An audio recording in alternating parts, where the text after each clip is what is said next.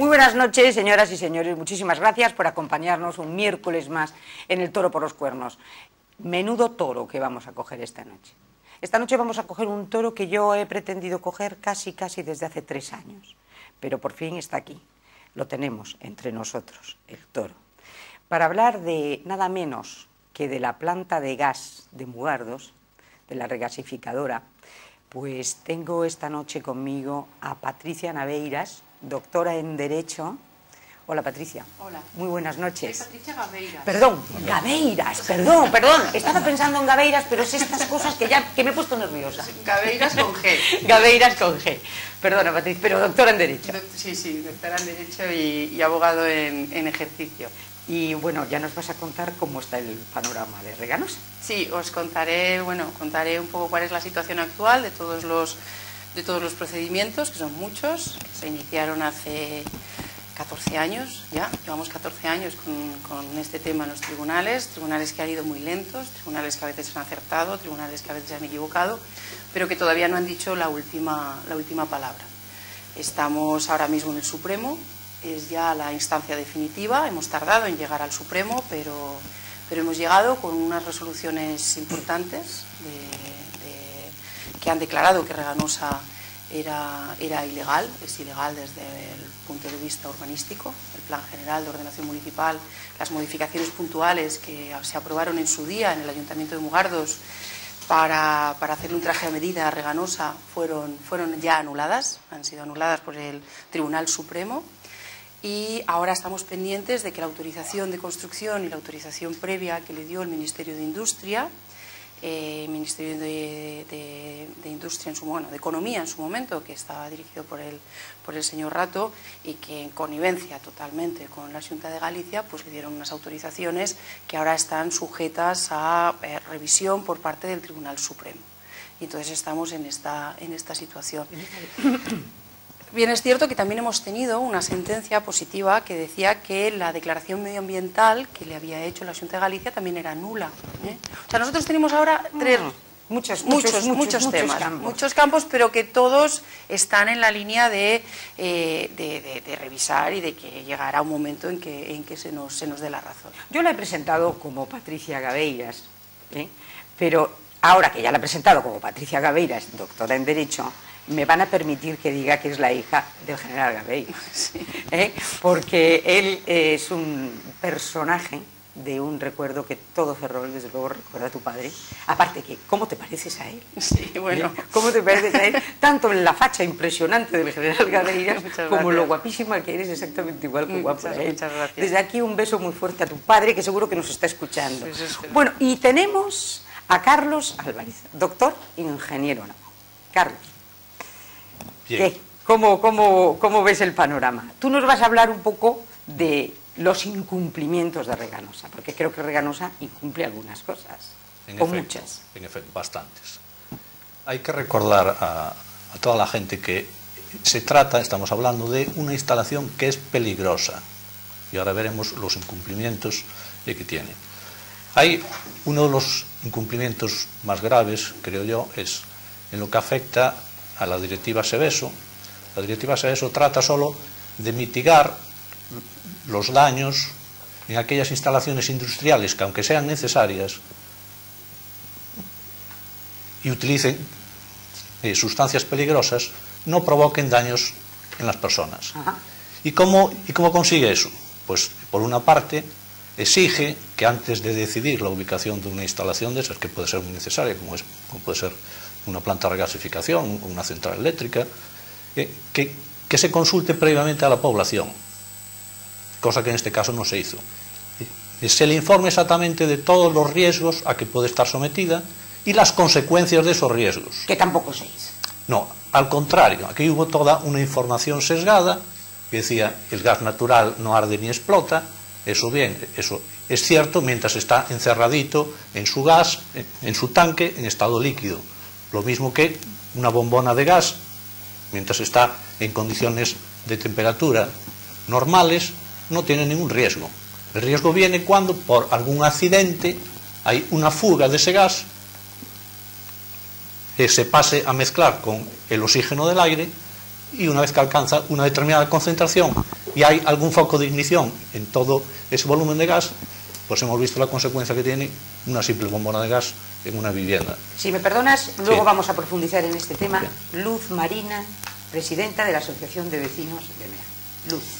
Bueno, pues en este caso, aparte de presidenta de la Asociación de Vecinos de MEA, quiero dejar constancia que también formo parte del Comité Ciudadano de Emergencia y estoy aquí representando a todos mis compañeros de asociaciones que están incluidas dentro del comité. Decir que como vecina más próxima de los que estamos aquí, pues soy la más próxima a esta instalación. Para nosotros nos cambió totalmente la vida y estamos siempre como la espada de Damocles encima, ¿no? Pensando que puede ocurrir algún día, que tenemos eso ahí. Reconozco que no solamente nos afecta a nosotros, porque toda la población que está sentada alrededor, que somos muchos, pues si ocurre algo vamos todos, pero nosotros que estamos más próximos ya vivimos el día a día. La gente se le olvida un poquito cada día porque no la tiene tan cerca y tan próxima. Nosotros, por desgracia, la tenemos ahí y vemos el día a día de la planta y como además sabemos que es una planta de gas innecesaria, incumple todo, es innecesaria, es ilegal y que puede acabar con miles de personas si ocurre algo que puede ocurrir, que no es una cosa que sea surrealista, no, puede ocurrir. Entonces eso nos convierte, pues digamos, en estar a la expectativa cada día y en estar alerta. Decir también que no tenía plan de emergencia hasta hace unos días y lleva funcionando unos cuantos años y que todos sabemos que en caso de una explosión ahí no vale de nada. No vale de nada el plan de emergencia, pero sí que era otro de los incumplimientos y que las administraciones eran consentidoras de ese incumplimiento, como muchos otros. Pero vamos ahora a centrarnos un momentito, porque ustedes dirán, vamos a ver, pero ¿qué son las terminales de gas? ¿Qué son los metaneros? ¿Qué son las plantas de regasificación? No se pierdan este vídeo, que además les voy a decir de quién es. Es de un doctor ingeniero de minas, doctor ingeniero en economía, catedrático de economía en la Escuela de Ingenieros de Minas de Madrid. Eso por un lado. Y por otro lado, este señor, les voy a hablar un poco de su currículum para que vean que no vamos a escuchar a un don nadie. Ha sido presidente de Neroil, presidente de RG Petróleos, presidente de Sarcos Energías, consejero delegado nada menos que de CAMSA, consejero delegado de Enagas y director general de Butano. Paso a presentarles este vídeo y, por favor, escúchenlo con muchísima atención. De un hecho que presencié la semana pasada y que me ha recordado que tiene que ver con el riesgo de catástrofe que se cierne hoy sobre 6 ciudades costeras españolas por la absoluta y total irresponsabilidad con que los distintos gobiernos y empresas gasistas de este país han tratado y están tratando el tema de los almacenamientos de gas líquido y el tráfico de metaneros. La pasada semana, como le dije, don César, tuvo ocasión de presenciar directamente en la costa sur de la Florida la intervención fulminante y expeditiva de una patrullera y un helicóptero de la Guardia Costera norteamericana, obligando a alejarse de la costa a un gran transporte de gas líquido que se dirigía, según supe después, a la terminal de Lake Charles en Luisiana, y que se había acercado demasiado, tal vez para ganar tiempo, al área de Key West en la punta sur de la Florida. Y es que estos buques, por el tremendo peligro que conllevan, pues son auténticas bombas flotantes, tienen prohibido acercarse a la costa a menos de 20 millas, y los terminales donde descargan se encuentran todos muy alejados de zonas habitadas. Y el tema no es para menos. El gas natural licuado es el explosivo más potente que se conoce, exceptuando las armas nucleares, y un gran metanero que transporta entre 100 y 200.000 metros cúbicos de gas licuado, en caso de accidente o atentado terrorista, desencadenaría un radio de destrucción equivalente al de 20 o 30 bombas nucleares similares a las de Hiroshima. De ahí que el Coast Guard actúe con absoluta contundencia ante la más mínima vulneración de las normas. Y es precisamente debido a su alto poder destructivo que los metaneros figuran en segundo lugar en la lista de objetivos prioritarios de Al-Qaeda después de las plantas separadoras de gas de los campos saudíes, cuya destrucción llevaría el crudo a más de $500. Pues bien, estas precauciones elementales de un Estado responsable no existen en España. Somos el único país del mundo donde los metaneros se acercan sin limitaciones a zonas densamente pobladas, como es el caso de Barcelona, donde, si ocurre un accidente o un atentado, las 3/4 partes de la ciudad quedarían arrasadas en cuestión de segundos, porque la deflagración del gas líquido es 3 veces más rápida que la de un artefacto nuclear. Como Como señalaba recientemente el Instituto de Análisis de Seguridad Global en Washington, si alguien ubica una terminal de gas cerca de un área urbana, la convierte en un objetivo terrorista de primera clase.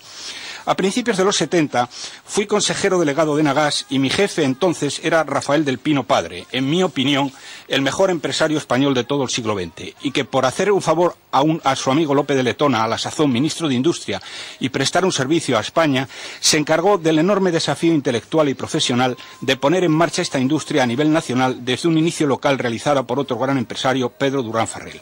Pues bien, Rafael del Pino, que antes que empresario es ingeniero y antes que ingeniero marino, se percató en el acto del peligro que suponía la entrada de metaneros en el puerto de Barcelona y decidió cambiar la disparatada localización del terminal.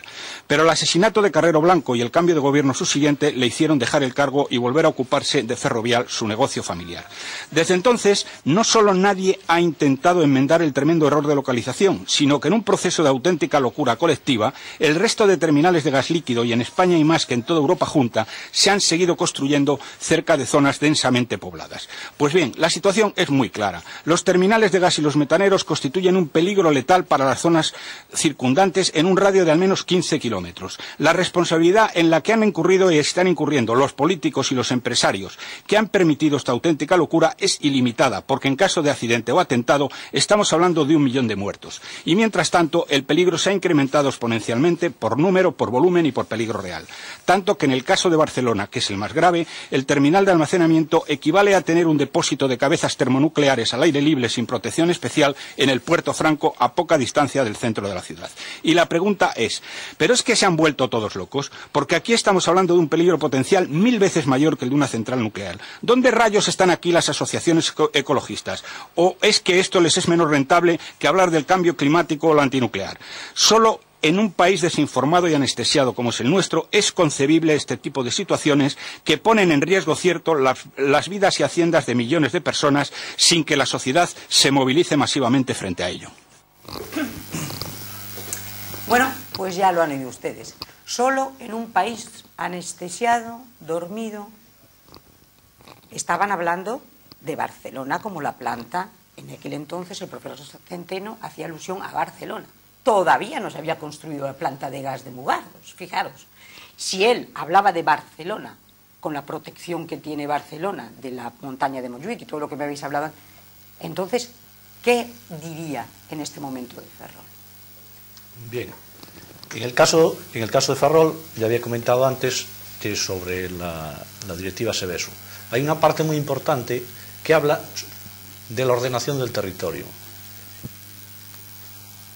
¿Y qué importancia tiene eso? Pues que en los estudios que hay que hacer, en los estudios de riesgos ante una industria peligrosa, están catalogadas, y esta es una de las que están afectadas en su grado máximo, lo que exige es que se estudien otras posibles ubicaciones de esa industria que puede ser necesaria y que se demuestre que la que elegimos es la que produce menos efectos y menos daños en caso de que haya un accidente. Aquí en este caso se hizo al revés. Primero se eligió el sitio, tiene que ser aquí, porque le convenía a unos promotores, y después arreglamos los papeles con el, que me gusta decir a mí, cumplimiento, así separado.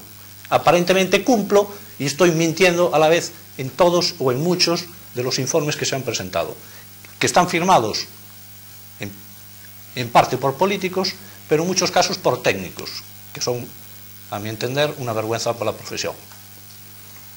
En el caso de Reganosa se ha hecho una tramitación absolutamente fraudulenta desde el inicio, porque la ubicación que se escoge, como ha dicho Carlos, de manera interesada y se hace además pues porque en ese momento hay una industria que es la industria propiedad de un señor, que es el señor Tojeiro, y sí. Vamos, lo podemos decir porque lo llevamos diciendo durante todos estos años, que tiene una concesión portuaria ya allí.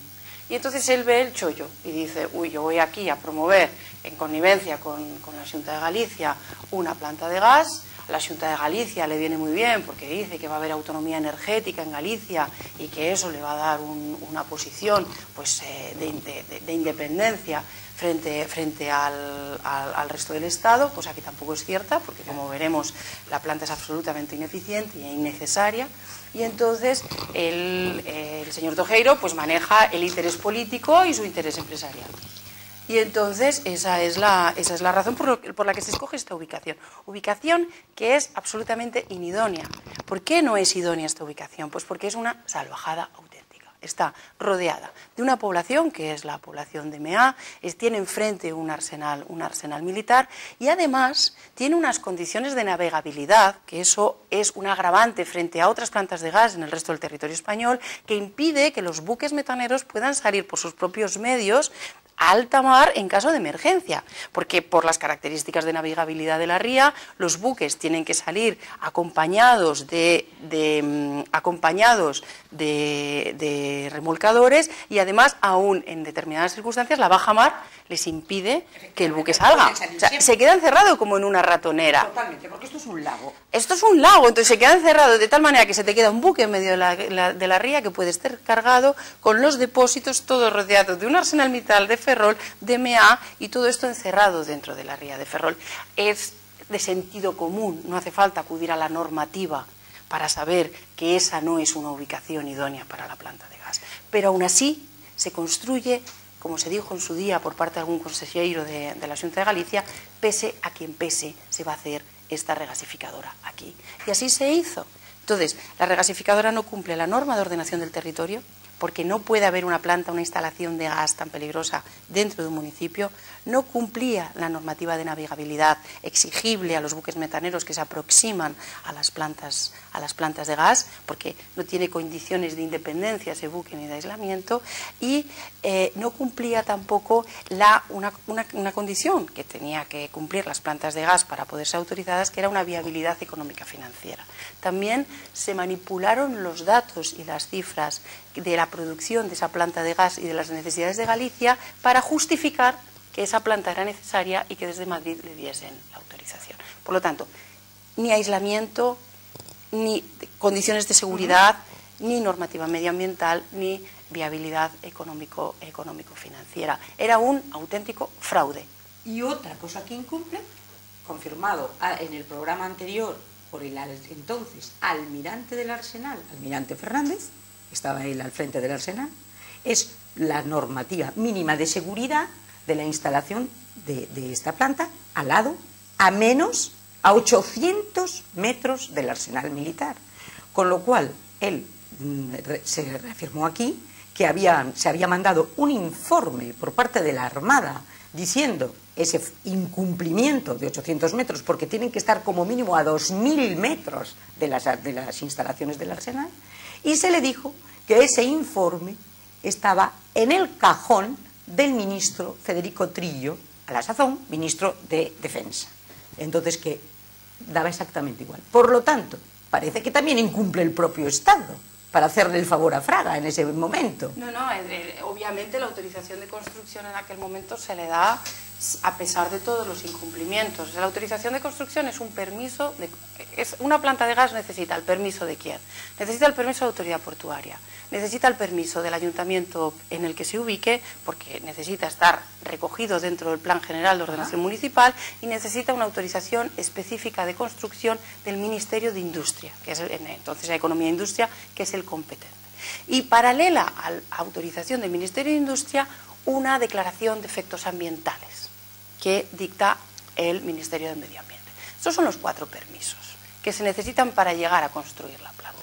En estos 4 permisos se cometen fraudes, en este caso. Lo que pasa es que hemos pasado por la época más negra en España, donde daba igual lo que se hiciese, que nadie iba a paralizar un procedimiento fraudulento. Todas las administraciones y todas las autoridades permitían que se llegase al final. Y se llegaba al final y se conseguía lo que uno quería, aunque fuese un fraude de ley como era este caso. En este caso, el permiso de la autoridad portuaria se consigue después de cesar al presidente de la autoridad portuaria, que es Guillermo Romero Caramelo. Y se le cesa porque Guillermo Romero Caramelo, presidente en el año 2001, se niega a que se le dé el permiso de la autoridad portuaria a la Reganosa. Se le cesa de la noche a la mañana y se coloca a una persona que entonces ya sí queda el visto bueno. Guillermo Romero... Parece que se llama... Grandío, me parece, ¿no? No recuerdo el nombre del... Guillermo Grandío. No, Guillermo Romero lo cesan, Guillermo Grandío sí. Entra para ser el hombre que da la autorización a la planta. Se necesita el permiso del Plan General del Ayuntamiento. Se hacen unas modificaciones puntuales porque a medida de Reganosa, a pesar de que Reganosa no cumple en aquel momento una distancia mínima de seguridad de los 2000 metros al centro de población, que era el RAMIL famoso, el Reglamento de Actividades Molestas, Nocivas, Insalubres y Peligrosas, que lo conocemos prácticamente todos, y que impide que en un chalet se tenga una bombona de butano de determinado tamaño porque lo impide la norma. Bueno, pues en este caso, a pesar de eso, se le da el permiso y se hace una modificación puntual, que es un traje a medida de Reganosa. ¿Y quién se lo da? El Ayuntamiento de Mugardos, en connivencia con la Xunta de Galicia, que lo aprueba definitivamente. Ministerio de Industria, por entonces de Economía e Industria que dirigía el señor Rato, pues en el expediente había una carta del señor Fraga diciéndole, querido Rodrigo, interésate por este tema que tenemos que sacar adelante. Entonces se le da el permiso por parte del Ministerio de Industria, la autorización de construcción y la autorización previa, a pesar de que son conscientes que no tiene declaración de efectos ambientales del Ministerio de Medio Ambiente. Nadie ha estudiado cuáles son los efectos ambientales de la planta de gas. Solo lo estudió en su día la Xunta de Galicia. La Xunta de Galicia dijo, la planta de gas, como decía Carlos antes, no es peligrosa. El gas natural licuado, que hemos visto en el documental previo, que es una de las materias más peligrosas que existen, pues en este caso se dijo que no ardía ni explotaba. Y del tema de la navegabilidad ni se entró, entonces le hicieron un papelito diciendo que pasaba todos los efectos ambientales. O sea, un traje a medida de nuevo para la planta de gas. Como vemos, no reúne ninguno de los permisos. Y luego lo que decía Luz Marina también, que es muy importante, es el plan de emergencia. Estos exámenes los tiene que pasar una planta de gas antes de ser construida. Aquí se les dio el aprobado sin haber cumplido en el fondo. Pero una vez construida, además, se tiene que prever que la planta de gas cumpla con unos requisitos de aislamiento para poder tener un plan de emergencia que la población conozca y sepa cómo reaccionar. Bueno, pues uno de los requisitos de la planta de gas es que tenga una zona al menos de 400 metros, alrededor de 400-500 metros de aislamiento total. Aislamiento total significa que no puede haber nada, no puede haber ninguna casa. Bueno, pues en estas zonas de aislamiento total que otras plantas del mundo tienen, en esta nuestra de Mugardos, hay casas, hay hasta colegios. O sea, no tenemos ni la más mínima zona de seguridad y de aislamiento total alrededor de la planta de gas. Es un despropósito de tal calibre, que además lo que es una pena es un caso de corrupción evidente, clarísimo, pero lo que es una pena es que, bueno, pues la Fiscalía hemos puesto denuncias y no las ha tramitado, hemos tenido obstáculos mediáticos, no ha salido a la luz. Nosotros llevamos mucho tiempo denunciando este tema. 14 años. 14 años, sí. 14 años que iniciaron ellos. Sí. 14 años. Llevamos 14 años luchando. Como bien sabéis, empezó la Asociación de Vecinos de MEA a poner en alerta al resto de la población de lo que se pretendía hacer allí. Que hay mucha gente que todavía pregunta por qué no empezamos antes de que surgiera el tema de la planta, y yo quiero dejar muy claro que empezamos mucho antes. Desde que se habló de un preproyecto ya empezamos a movilizarnos. Es decir, no fue causa de tiempo, ni fue que los vecinos nos durmiéramos, sino todo lo contrario. Fue simplemente la corrupción, y la corrupción empezando por las administraciones públicas. Las administraciones públicas, y empezando ya por el Ayuntamiento de Mugardos, que me parece súper grave que en vez de estar a defender los intereses de los propios ciudadanos estuviera, y tengo que dejar muy claro que no solamente el alcalde que está ahora, que lo hizo y lo está haciendo, sino los anteriores que estaban cuando se empezó el proceso. Estuvieron al servicio de los empresarios, en todo momento nunca al servicio del pueblo. Claro, ¿qué pasa? Que luego lo vendían como puestos de trabajo que iban a venir, como progreso para el pueblo. Yo, a día de hoy, 14 años en la lucha, el pueblo de Mugardos no progresó para nada, sigue exactamente igual. Los puestos de trabajo son mínimos y muy poquita gente de la zona. ¿Cuántos puestos de trabajo, Luz? Bueno, decían que podía haber 48 aproximadamente, pero vamos... No, os doy un dato exacto. Sí, sí. En el depósito de cuentas del año 2013, Sí. desde los directivos hasta el último administrativo, hay 66. Pues a 31. Con directivos incluidos, no iba yo descaminado. Con todos los directivos, los técnicos, Sí, que hay 14 claro. ingenieros, creo que son, Claro. y pues el resto son operadores. de sistemas y Bien, entonces no es verdad esos miles de puestos de trabajo, que sabíamos todos que no iba a ser. Entonces se nos vendió como la panacea para no solo Mugardos, sino la zona. La comarca, como todos vemos, está súper deprimida. Y a la vez lo que vemos y palpamos ahora es que todo lo que nosotros decíamos desde el Comité Ciudadano se está viendo, se está saliendo a la luz. La gente no es tonta y está viendo que es verdad. La corrupción existió, sigue existiendo dentro de la planta, es corrupción pura y dura, es una burbuja, como las burbujas inmobiliarias, esta es la burbuja del gas, que a todos nos está costando un dinero, que lo sepa también la gente, que son 60 millones de euros al año, que nos está costando esa planta de gas y que estamos pagando todos los ciudadanos. Perdón, 60 millones de euros al año, que son 10.000 millones de pesetas. Pues sí, nota, porque pues si no sí. dice 60 y parece pues una sí, broma. y yo quiero que la gente lo sepa, que estamos pagando. Cuesta el mantenimiento de esa planta. ¿Quién lo paga? Que lo estamos pagando los ciudadanos en el recibito del gas y de la luz. Día a día, como estamos percibiendo, nos está subiendo, y es por este invento de que tienen el tema energético, esa bolsa, por decirlo de alguna manera, que tienen ellos y que se saben guardar muy bien de todo lo que les puede venir, porque esta planta de gas, si no fuera así, sería deficitaria, puesto que ni es operativa, porque como mucho cuando estuvo ya trabajando a un nivel muy alto no llegó al 35%, es decir, innecesaria total, ilegal, innecesaria y mortal. ¿Para qué?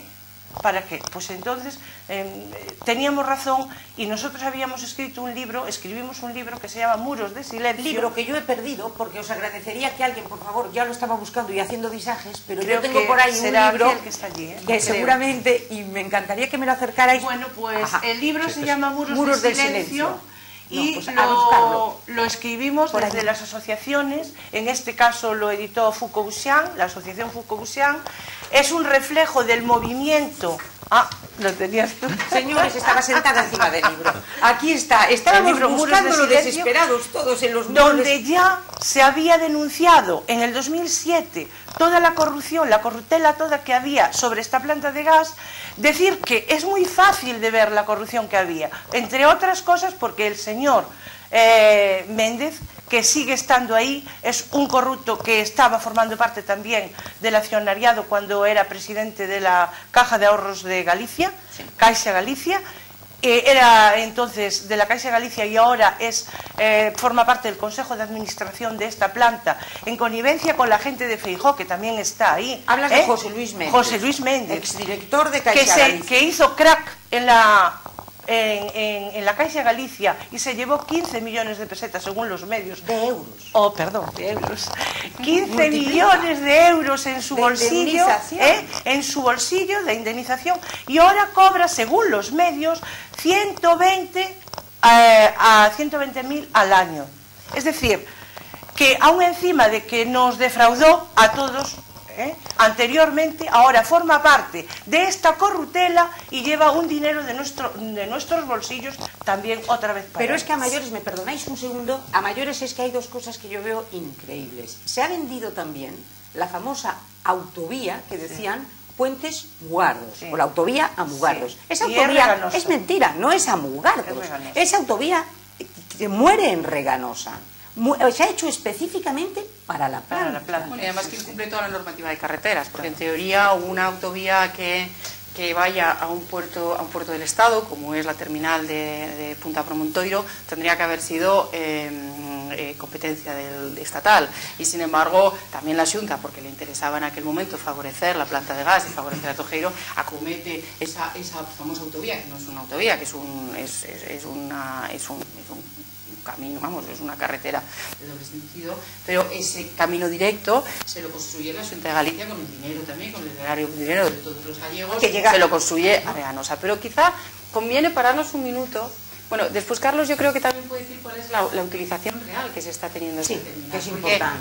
Reganosa es deficitaria, Reganosa no produce gas, Reganosa ha estado al 15% de producción. Es más, Reganosa ha estado por debajo del nivel técnico de producción producción, de tal manera que ha habido que forzar que siguiese en funcionamiento, porque este tipo de instalaciones no se puede parar, ha habido que forzar que para que no se parase, le han tenido que desviar, el sistema gasístico general ha tenido que desviar buques a Mugardos para permitir que siguiese en funcionamiento.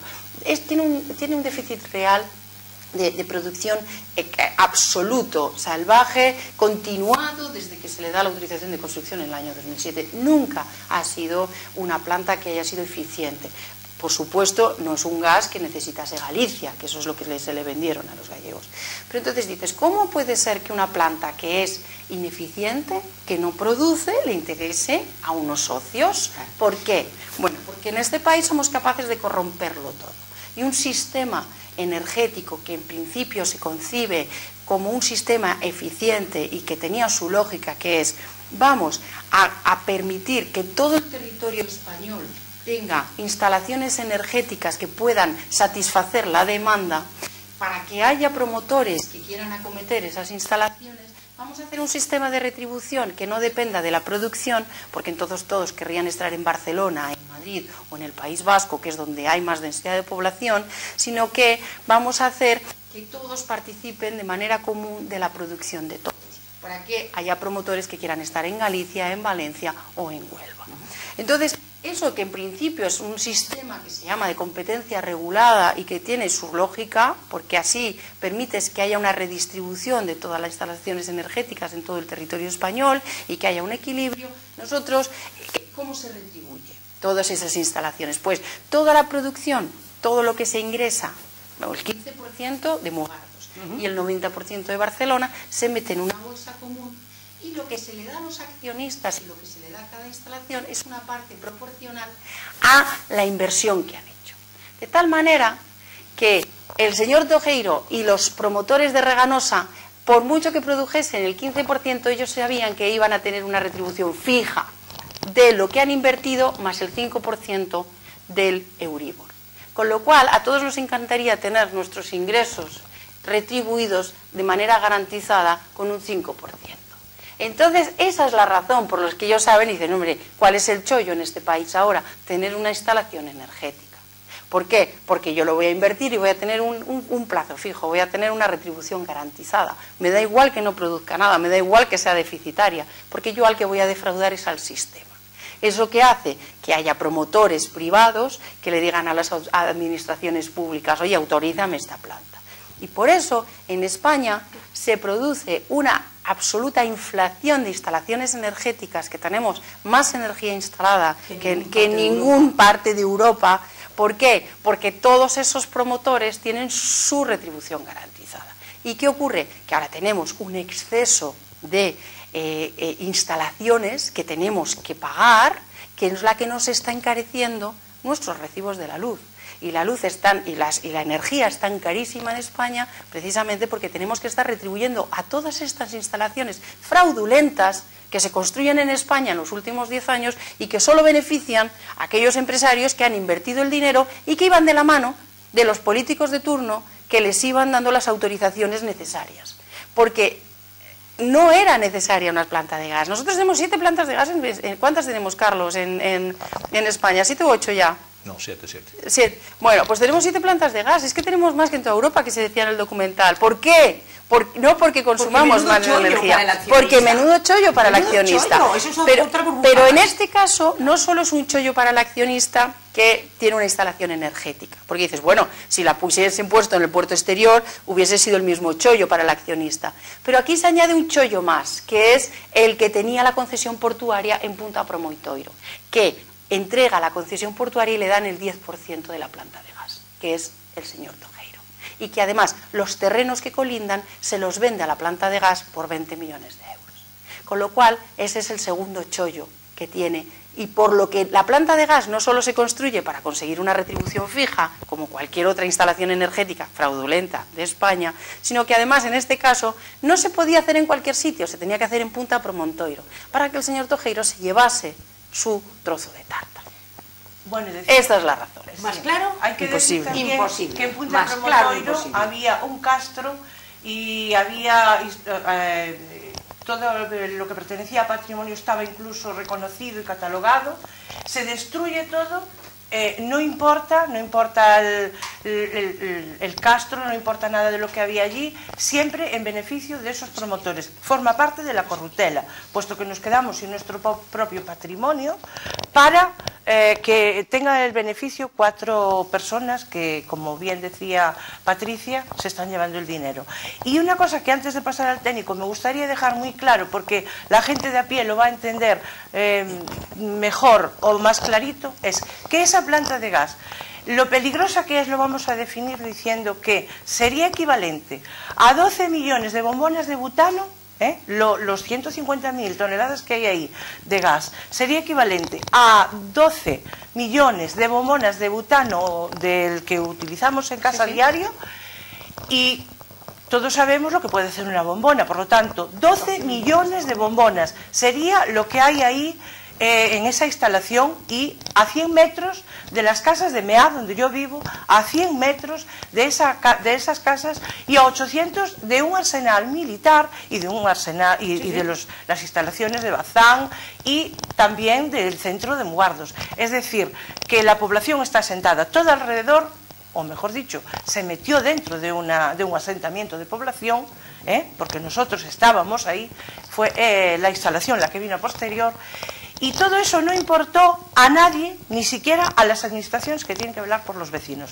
La corruptela que lleva desde, vuelvo a repetir, desde las administraciones hacia esta planta de gas se consolidó gracias a que incluso los alcaldes que tuvieron que firmar y no les dolió prenda, siendo incluso alcaldes que se dicen de izquierdas, que se dicen de izquierdas, y que no solamente fue Fraga, que fue el promotor, y el señor Tojeiro, que fueron los que lo promocionaron y lo promovieron, sino que toda la corruptela que vino detrás por parte de los ayuntamientos de izquierdas y políticos de izquierdas, porque esto es un fraude político, económico y social. Y que todos los ciudadanos estamos pagando eso, también tiene que quedar muy claro. Encima. Carlos, y al lado de Forestal del Atlántico, efectivamente, que es otro disparate en el centro de la ría, porque aquí vamos fumando. Recordar, la gente se cree que lo de Reganosa es, evidentemente es muy peligrosa, pero tanto, así tenemos Forestal. En Forestal tiene poder de almacenamiento de más de 250.000 metros cúbicos de hidrocarburos o derivados de hidrocarburos, disolventes y diferentes compuestos. Es otra de las empresas, en Galicia solo hay 11 empresas que están afectadas por la directiva Seveso en su grado más elevado, las que están obligadas a hacer un plan de emergencia exterior. Y 2 de ellas son, una es Forestal y la otra Reganosa. Y están las dos en un círculo de un radio de menos de 500 metros, todas sus instalaciones. Y allí tenemos los 2 tanques de 150.000 metros cúbicos cada uno, los 260.000 de almacenamiento de hidrocarburos, una central de cogeneración de Forestal. El año pasado pusieron en marcha una terminal de carga y descarga de hidrocarburos en el mismo muelle donde atracan los gaseros cargados. O sea, es una acumulación de riesgo tal, y la gente no lo sabe o no lo quiere saber. Es una realidad que está ahí. Me vas a perdonar, vamos a la publicidad, sí, y seguimos hablando de eso de los almacenes de hidrocarburos, sí, que hay un tema importante también, como todos los temas de esta noche. Hasta ahora mismo.